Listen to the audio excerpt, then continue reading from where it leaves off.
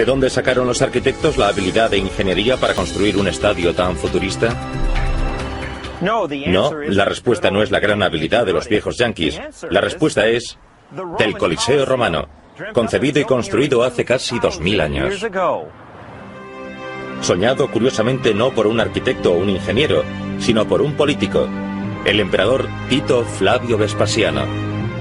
Vespasiano, como nosotros le llamamos, quería construir el Coliseo por muchas de las mismas razones que los políticos actuales quieren estadios, para mejorar la imagen de la ciudad.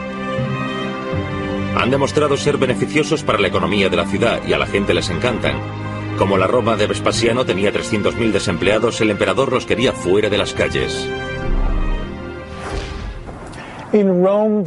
En Roma había revueltas, había peleas y asesinatos. La gente se peleaba por las calles. Era un momento de terrible confusión y caos en la ciudad. Y fue finalmente con Vespasiano cuando la estabilidad llegó a Roma. Vespasiano creyó que podría acallar a los romanos construyéndoles un anfiteatro tal que el mundo no lo hubiese visto antes. Ya había habido otros anfiteatros a través de todo el imperio, durante cientos de años, pero ninguno se parecía al que Vespasiano tenía en mente. Quería que su estadio tuviese una capacidad sin precedentes, para 55.000 personas. Que todos tuviesen una visión amplia, protección para el sol de mediodía, fácil acceso para entrar y salir, comida abundante y entretenimientos salvajes. Para ganar puntos políticamente, Vespasiano ordenó que el nuevo estadio fuese construido justo aquí, en el mismo lugar donde Nerón había construido su lago artificial, el punto focal del suelo de su palacio. Creo que Vespasiano quería dejar su huella construyendo el Coliseo. No era solo construir una maravilla del mundo, era construir algo en el mismo lugar donde el anterior emperador Nerón tenía su palacio.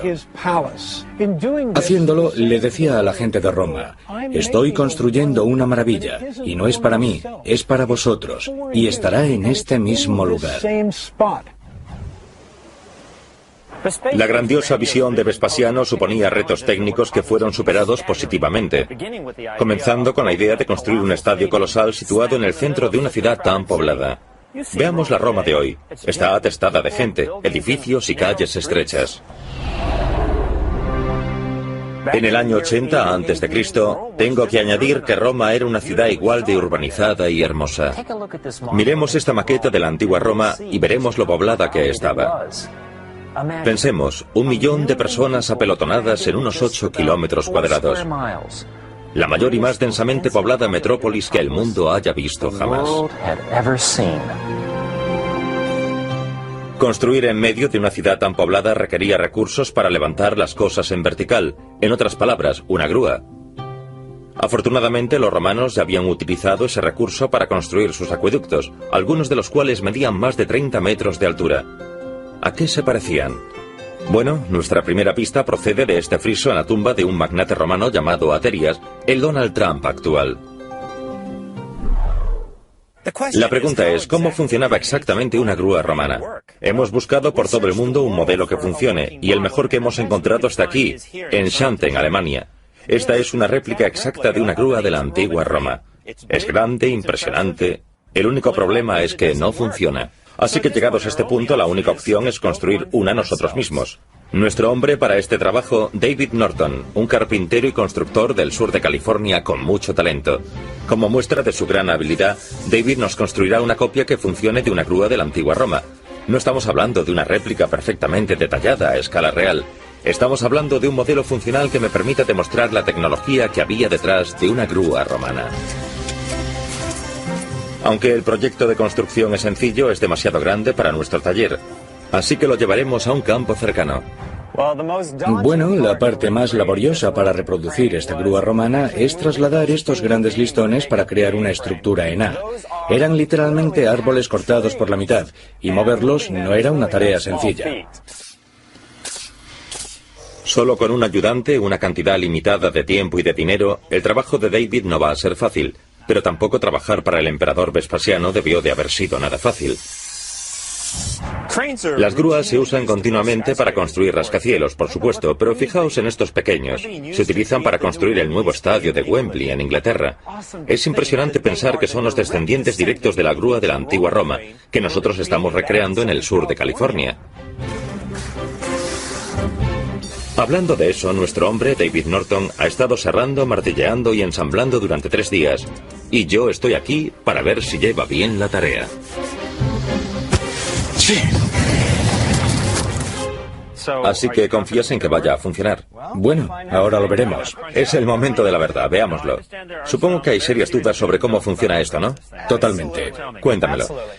Bueno, tenemos aquí un par de brazos que pueden arrancarte la cabeza si la pusieras ahí mientras estás girando. Así que tengo que mantenerme en la cabina. Mantén las manos y los brazos dentro todo el tiempo. Grasa. No es muy agradable. Muy desagradable para tenerla en la ropa, no se quitaría. Bien, vamos allá. Esta grúa está construida de tal manera que si yo muevo esta rueda en la dirección de las agujas del reloj, vamos pequeña, entonces podremos levantar ese peso que hay ahí. Y vaya, es más difícil de lo que parece. Girando esta rueda del tamaño de un hámster humano, estoy girando el eje que sujeta la cuerda del sistema de poleas. Supongo que hace 2000 años, una grúa romana de tamaño normal era manejada por lo que podríamos llamar técnicos de rotación de la rueda, también conocidos como esclavos, y se necesitarían unos 5.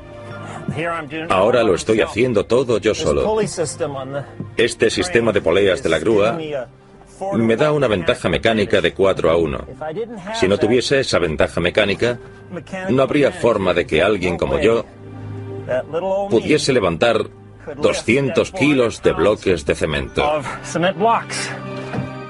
¿Seremos capaces de ver en nuestra recreación el alma y el corazón de una antigua grúa romana? El mecanismo clave que la hacía funcionar eran las poleas. Lo curioso sobre las poleas es que cuando se utilizan combinadas como esta, multiplican su fuerza. 2 poleas en efecto te hace 2 veces poderoso, 3 poleas 3 veces y así sucesivamente. Pero con una polea combinada de 3-1, si queremos levantar algo 3 metros, necesitaremos tirar 10 metros de cuerda. Se lo mostraré. He construido una combinación de poleas aquí, y esta es una piedra que pesa unos 200 kilos.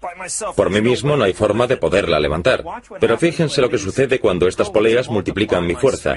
Con un poco de esfuerzo, puedo hacer que funcione. La polea combinada es el principio que esconde la polea romana. Así se construyó el Coliseo romano. Bueno, las poleas romanas eran una parte muy importante de la tecnología romana y las utilizaban en la mayoría de los grandes proyectos de construcción.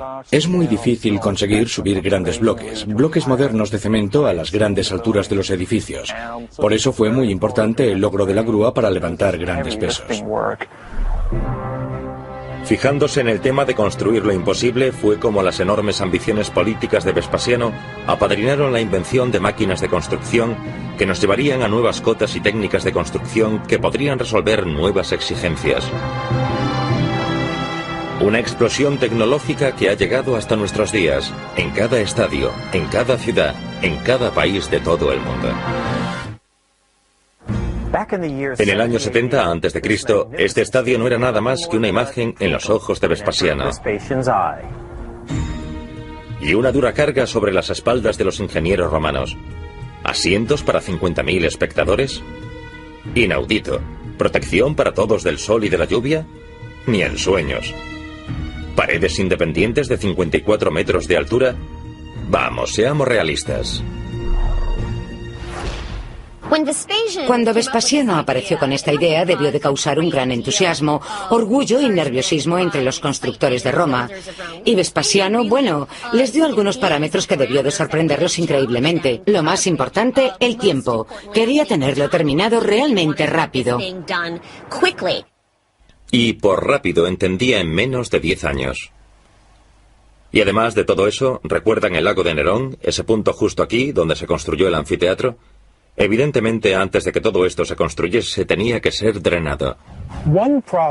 Uno de los problemas era situarlo en una zona donde había habido un lago. Había que drenar el lago. Había que asegurarse de que había un lecho adecuado para el edificio, porque se iba a elevar muchos metros en el aire. Así que necesitaban un sólido lecho de roca para hacerlo. Y sabemos que los romanos eran historiadores y también eran geólogos. Para drenar el lago y llegar hasta la roca, los ingenieros romanos cavaron profundas zanjas colina abajo hacia el río Tíber, lo que provocaría que toda el agua del lago fluyese hacia el río. Entonces las empresas constructoras romanas trajeron numerosas grúas y comenzaron a levantar la enorme estructura de mármol del Coliseo. Yo creo, y esta es una teoría personal, que el Coliseo se levantó como una competición. Había diferentes equipos de trabajo, diferentes colegios quizás, diferentes grupos de personas que competían para ver quién podía acabar primero. Y podemos observar que el edificio parece haber sido construido por partes, incluso en cuartos. No es uniforme.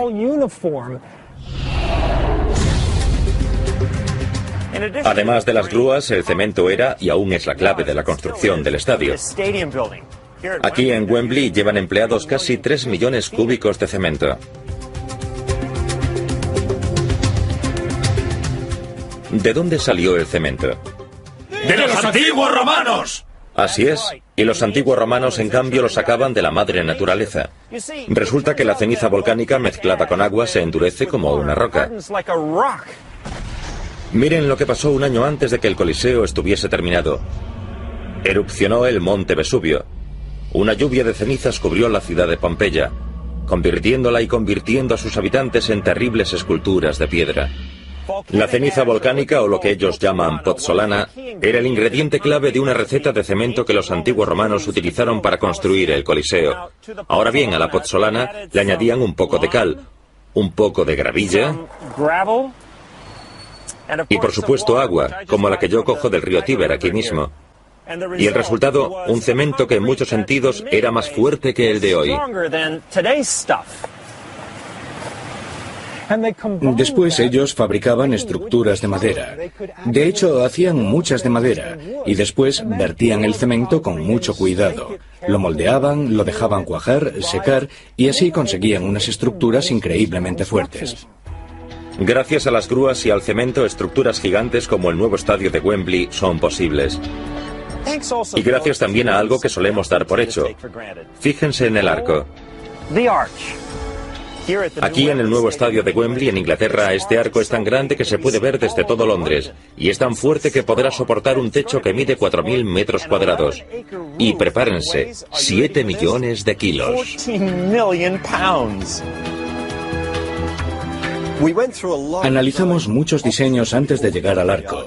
Contemplamos la opción de varias torres, grandes entramados y otras cosas, pero nunca sentimos que ninguna de ellas nos proporcionase el edificio que queríamos como lo hace el arco.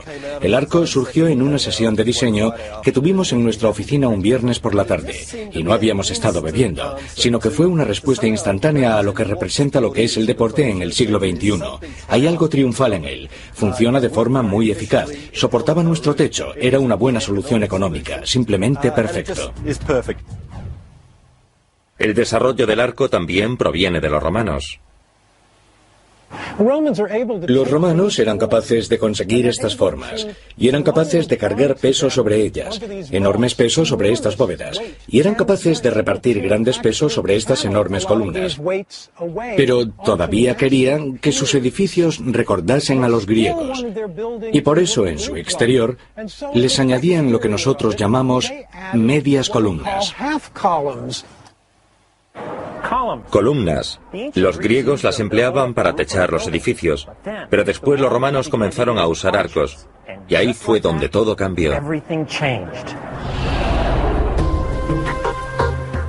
Voy a mostrarles lo que quiero decir. Esta estructura nos sirve para representar cómo los ingenieros de la antigua Roma hacían para que aguantase el peso de un tejado. Estas patas de aquí representan las columnas. Ahora veamos lo que pasa cuando yo coloco un techo que se supone que pesa 25 kilos. La estructura es tan inestable y movediza que realmente lo desplaza. Intentémoslo otra vez. Como pueden ver, he añadido piezas en esta esquina para simular el arco. Miren qué gran diferencia crea esa pequeña modificación. Primero añadiré la misma cantidad de peso que antes. En total, 25 kilos. Pero esta vez, observen. Mientras las columnas no podían soportar el peso del tejado, el arco puede soportarlo perfectamente. Es tan sólido como una roca. Los arcos son lo que hicieron posible la construcción del Coliseo. Los arcos, gracias a su forma semicircular, pueden soportar mucho más peso, porque direccionan la fuerza de la carga a lo largo de sus columnas, de una forma muy peculiar. Sus numerosos arcos, totalmente sin precedentes, son los que le dieron al Coliseo la sensación revolucionaria de estar al aire libre. Los arcos también dieron al Coliseo su enorme número de puertas. Y los arcos, gracias a su increíble fuerza, eran capaces de soportar no una, ni dos, ni tres, sino hasta 4 filas de asientos que se elevaban unos 15 pisos de alto. Todos los avances tecnológicos que no se habían visto antes y que son utilizados en los estadios hoy en día. El momento en el que se construyó el Coliseo fue una época de grandes maestros arquitectos. Los emperadores se convirtieron en genios. En tiempos de Nerón estaban Severo y Celer. En tiempos de Domiciano había un hombre llamado Ruberio. Y en tiempos de Vespasiano, del Coliseo y de Tito, sabemos que hubo un gran cerebro con un plan maestro y un maestro con un prediseño, pero no sabemos su nombre. En el momento en el que terminaron sus obras, estos antiguos genios del diseño habían creado un buen número de modelos de confort que 2000 años después todavía permanecen en estadios de todo el mundo.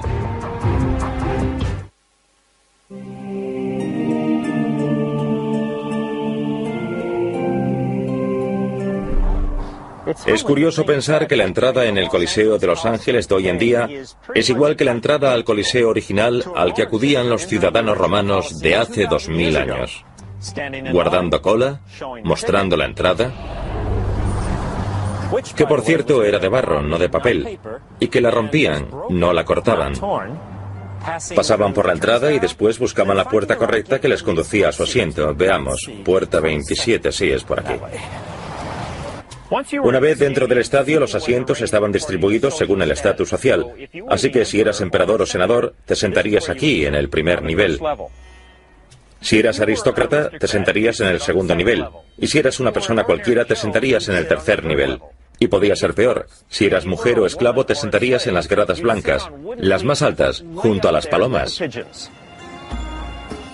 Pero no importaba dónde se sentara uno en este impresionante anfiteatro. Los 55.000 espectadores tenían todos un nivel de confort y lujo sin precedentes.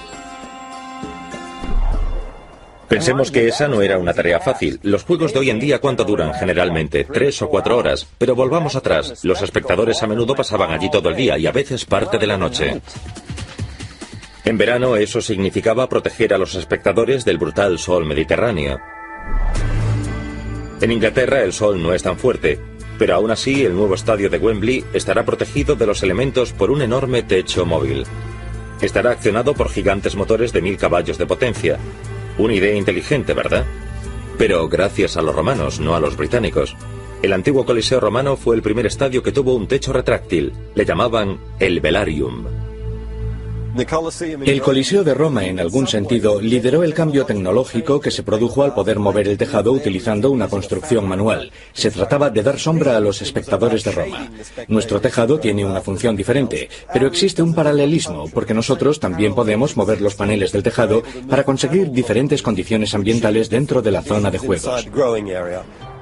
¿Cómo podían arreglárselas para manejar un tejado gigante hace 2000 años?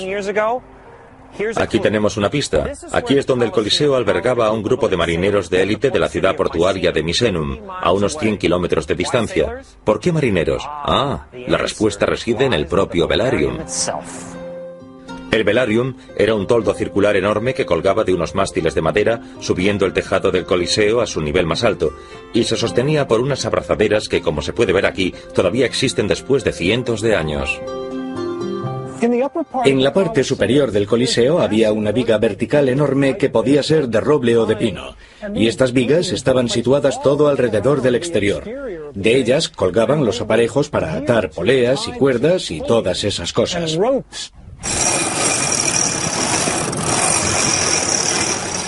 El velarium funcionaba exactamente como la vela de un barco. Tenía un elaborado sistema de cuerdas, tornos y poleas para moverlo. Con una importante excepción: yo puedo manejar esta vela por mí mismo. Pero los historiadores calculan que se necesitaban unos 1000 marineros de élite para poder mover el toldo del velarium. Eso explica el porqué de estos barracones navales. Ahí es donde se alojaban los muy honrados marineros del velarium. Los atletas y los espectadores bajo el calor de la competición requerían a menudo más que un techo que les diese sombra para mantenerse frescos. Y ahí es donde entran los dispensadores de agua. Y cuando el agua llegaba a la piel caliente, las gotas de agua se evaporaban, llevándose el vapor con ellas. ¿De dónde surgió esa idea? ¿De dónde? Según los historiadores, había zonas a lo largo de todo el Coliseo donde uno podía ser rociado con agua perfumada. La idea era mantener a los sudorosos espectadores romanos frescos y con buen olor.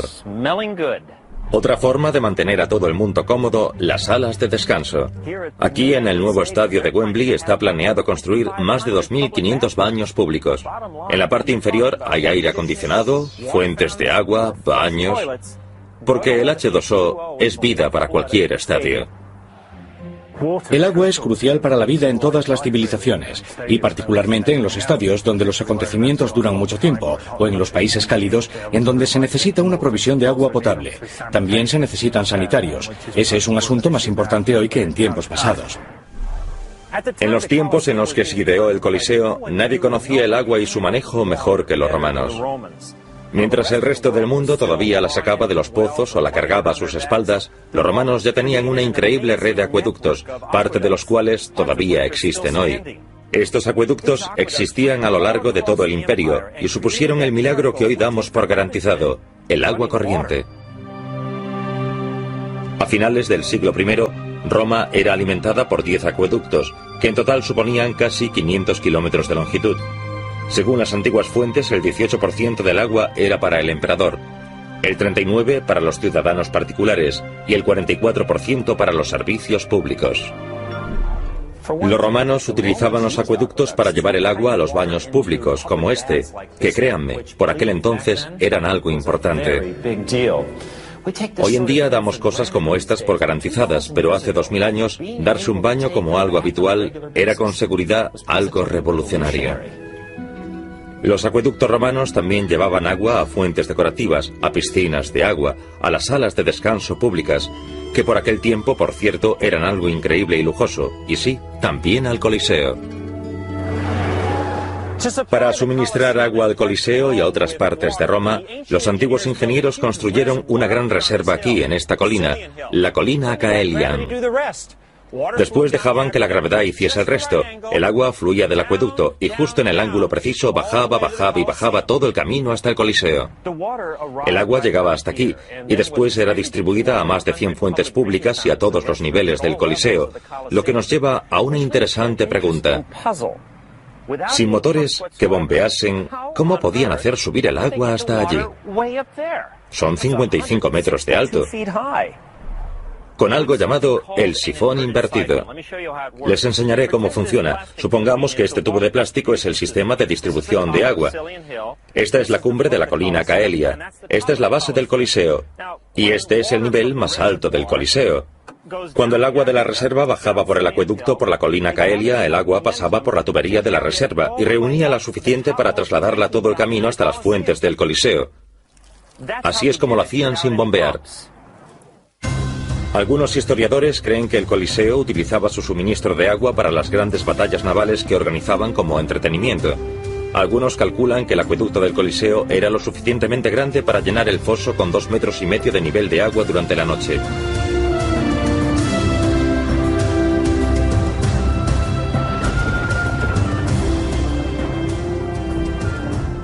Pero quizás más difícil que llevar el agua al Coliseo era mantenerla allí.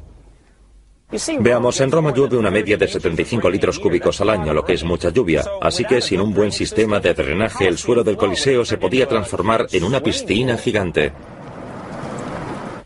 Pero los diseñadores del Coliseo tuvieron eso en consideración y construyeron una serie de zanjas de drenaje que finalmente canalizaban el agua hacia el exterior, por los bajos del Coliseo. Aquí los ingenieros romanos demostraron ser tan eficaces como brillantes. Recordemos que primero tuvieron que drenar el lago de Nerón construyendo grandes cunetas, selladas con cemento, desde el lago hasta el río Tíber. Un trabajo arduo, pero curiosamente una gran suerte, porque las zanjas permanecieron en su sitio y el Coliseo fue construido encima. Gracias a todas esas zanjas subterráneas, la base del Coliseo permaneció aislada y seca durante 2100 años. Por eso el Coliseo aún está en pie.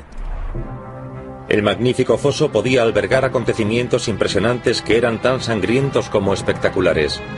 Pero la suerte final dependía de mantener a la gente bien entretenida y bien alimentada. Se le llamaba pan y circo. Era la enorme tarea de aportar grandes espectáculos y comida sabrosa.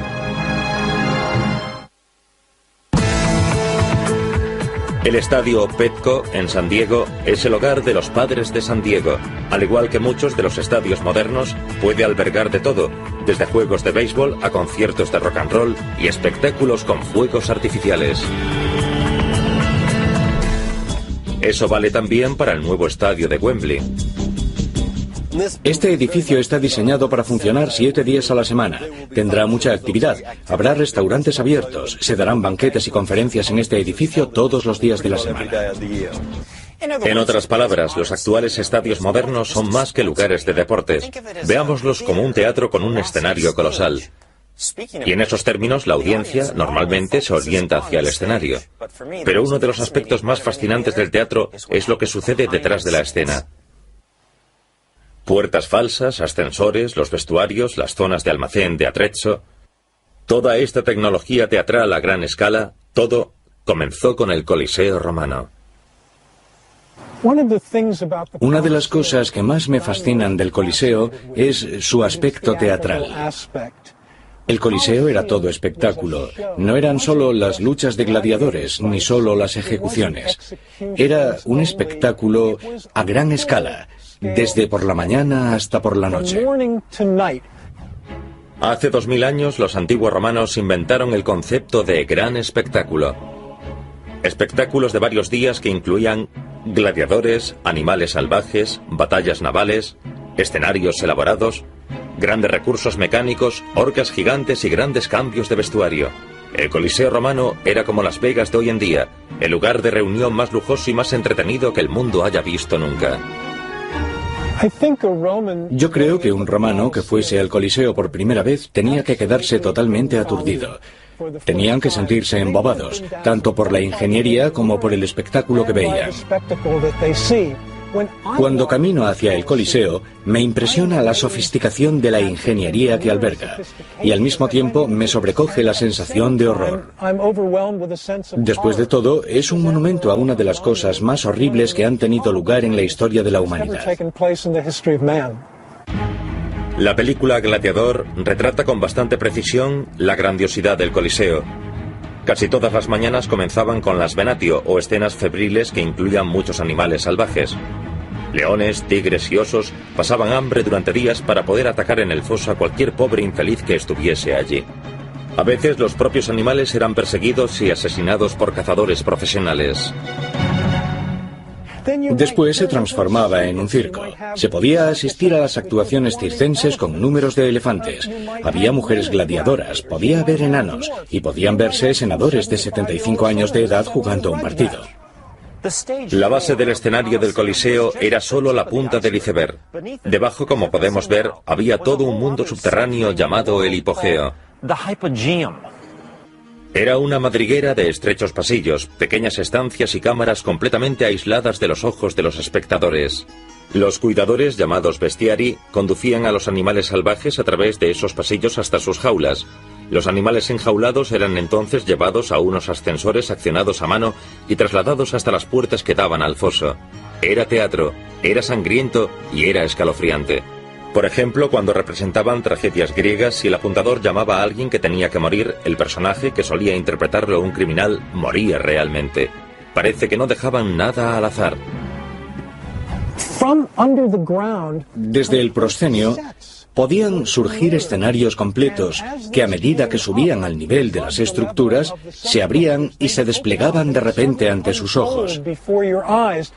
Así que uno podía ver una montaña, podía ver pequeños edificios, todas las estructuras que uno se pueda imaginar. Todo ello quedaba instalado sobre el foso. A mediodía en el Coliseo era el momento del acontecimiento principal, los gladiadores. Este es el Ludus Magnus, la sala de los gladiadores. Es de suponer que muchos de ellos era lo último que veían antes de salir al Coliseo para encontrar una muerte sangrienta. Los gladiadores hacían su gran entrada a través de este túnel que está debajo de mí. Junto con los acróbatas, músicos y juglares, los juegos de los gladiadores eran como los sábados de la Super Bowl de hoy, y aquellos hombres eran las superestrellas. El modo en el que nosotros idolatramos y casi endiosamos a nuestros grandes atletas debía de ser casi igual en la antigua Roma. Los gladiadores tenían seguidores. Los gladiadores de la antigua Roma también tenían clubs de fans que los seguían. Y había admiradoras, mujeres que seguían a los gladiadores. Estos hombres eran sex symbols, como lo son los atletas famosos de hoy.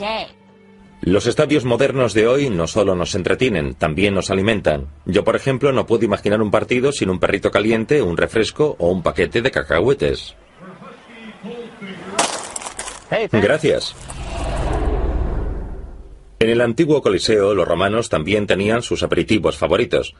Pero créanme, su comida no era como la que nosotros acostumbramos a comer durante un partido. Tomaban fruta fresca, pan, queso y cosas así. Pero también tenían un aperitivo de verduras con salsa de pescado llamado gerum, que, no bromeo, estaba hecho de las vísceras fermentadas de las anguilas negras. Tengo que probarlo. Oh, sí. Y si eso no calmaba su apetito, también tenían el equivalente al perrito caliente y cerveza. Era una pasta aromatizada con cebollas crudas o ajo, majado en vino y un poco de sal. Y si formaba usted parte de las clases bajas, no se preocupe, le darían de comer la carne de los animales sacrificados durante los juegos, un poquito para cada uno. De todas las experiencias del Coliseo, una de las más delicadas era la música de fondo. Pero por aquel entonces no era una música por la que morir, era una música con la que morir. Imaginémoslo, los gladiadores matándose entre ellos a los acordes de la música de un órgano. Así es, el Coliseo romano tenía un órgano, pero no estaba accionado por aire como los órganos modernos, estaba accionado por... ¿qué si no? Agua. Les mostraré lo que quiero decir. Estamos con Rodney Briscoe. Rodney, estoy muy emocionado de estar aquí porque creo que eres la primera persona que ha recreado un antiguo órgano de agua en 400 años. Sí, es impresionante. Este del que me hablas tiene la cuarta parte del tamaño del que había en el Coliseo romano. Por lo que sabemos, sí. ¿Podemos probarlo? Vaya. Hablábamos de una prueba. Originalmente se supone que tenía una corriente que básicamente atravesaba por aquí para llenarlo de agua. Tenemos un bombeo de agua. Ahora explícame cómo funciona. Sí, el agua entra por la parte superior y va drenando hacia el tanque de la parte inferior aspirando aire. Ah, ya veo. Si miramos aquí abajo vemos las burbujas de aire. Todas esas burbujas son el aire que ha aspirado y que produce la presión de aire. Esta rueda de aquí es la que acciona el tambor que interpreta las diferentes notas. ¿Es como el que podíamos encontrar en el Coliseo romano? ¿Tocaba solo? Sí, órganos que tocaban solos ya eran conocidos en los tiempos prerromanos. Esta música que estamos escuchando creo que es del Renacimiento. Sí, esta melodía es una melodía anónima de ese periodo. Pero lo que estamos oyendo ahora podría ser un sonido como el que oían en el Coliseo. Yo creo que por lo que sabemos, sí. Impresionante.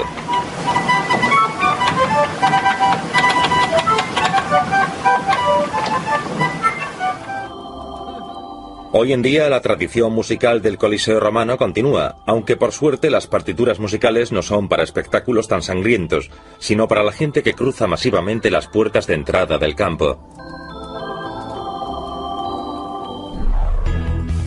Mantener a toda esa masa de espectadores alimentados y entretenidos era la parte fácil.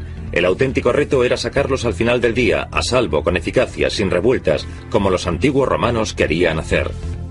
Pero ¿cómo se consigue sacar a 55.000 personas de un estadio cuando nadie lo ha hecho antes en todo el mundo?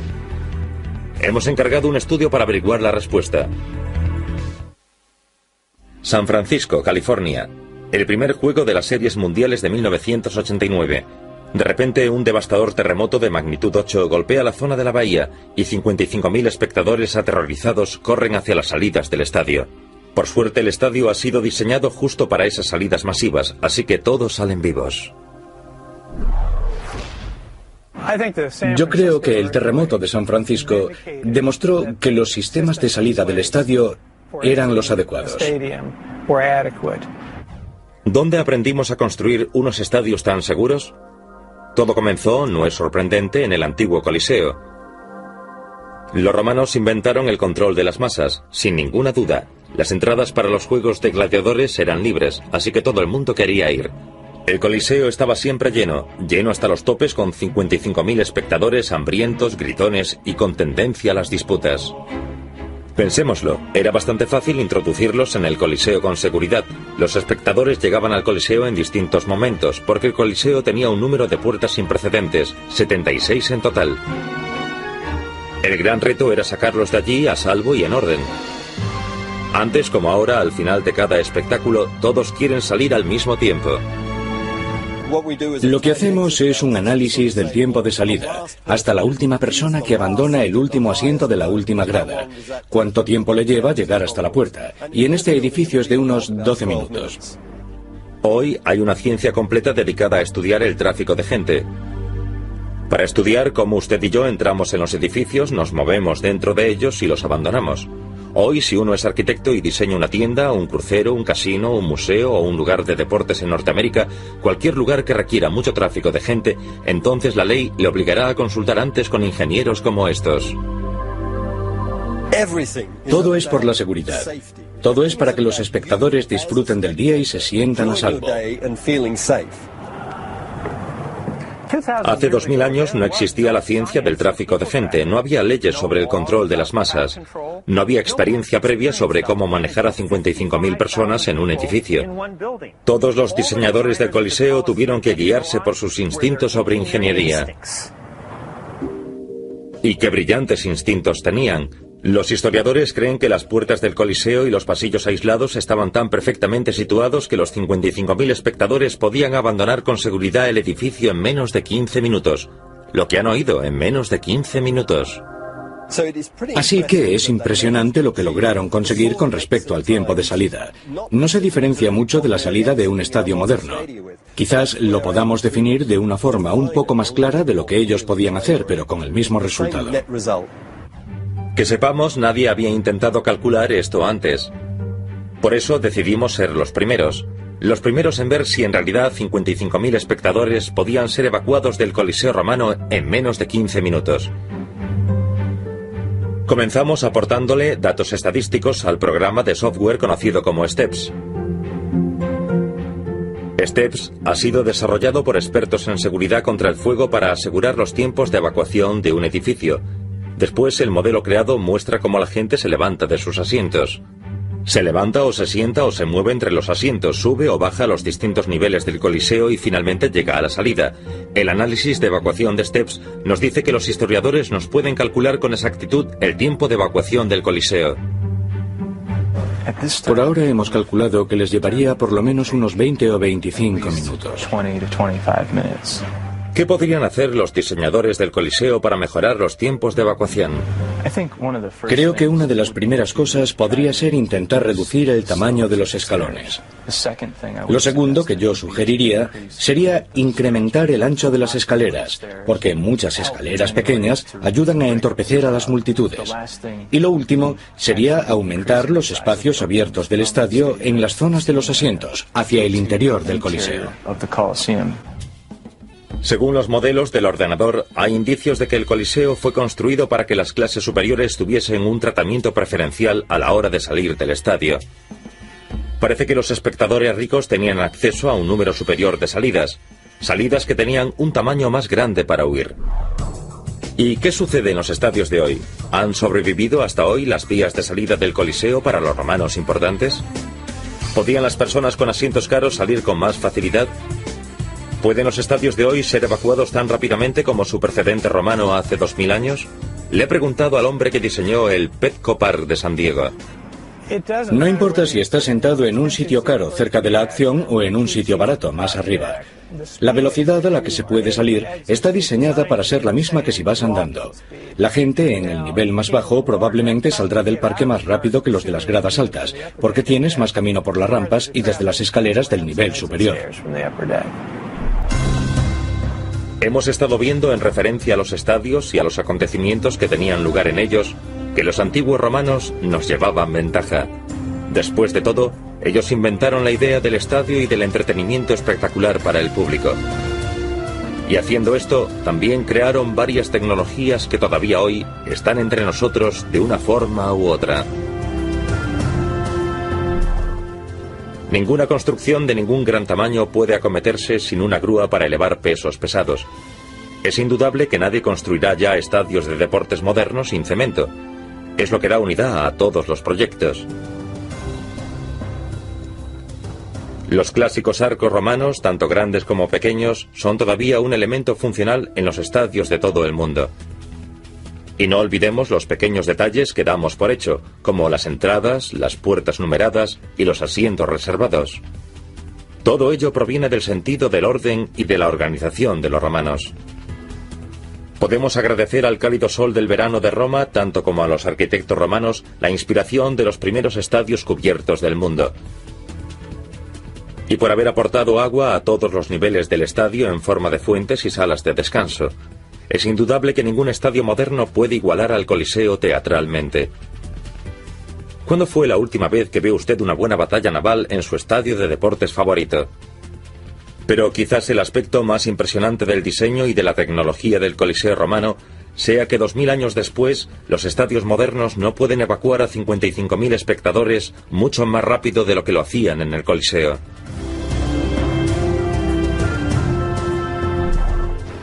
¿En qué lugar nos deja eso? Bueno, con una sensación muy frustrante. Después de 22 siglos nos quedamos sorprendidos con los romanos y con su magnífico Coliseo. Soy Michael Gillen. Nos veremos en el próximo episodio de El origen de las cosas.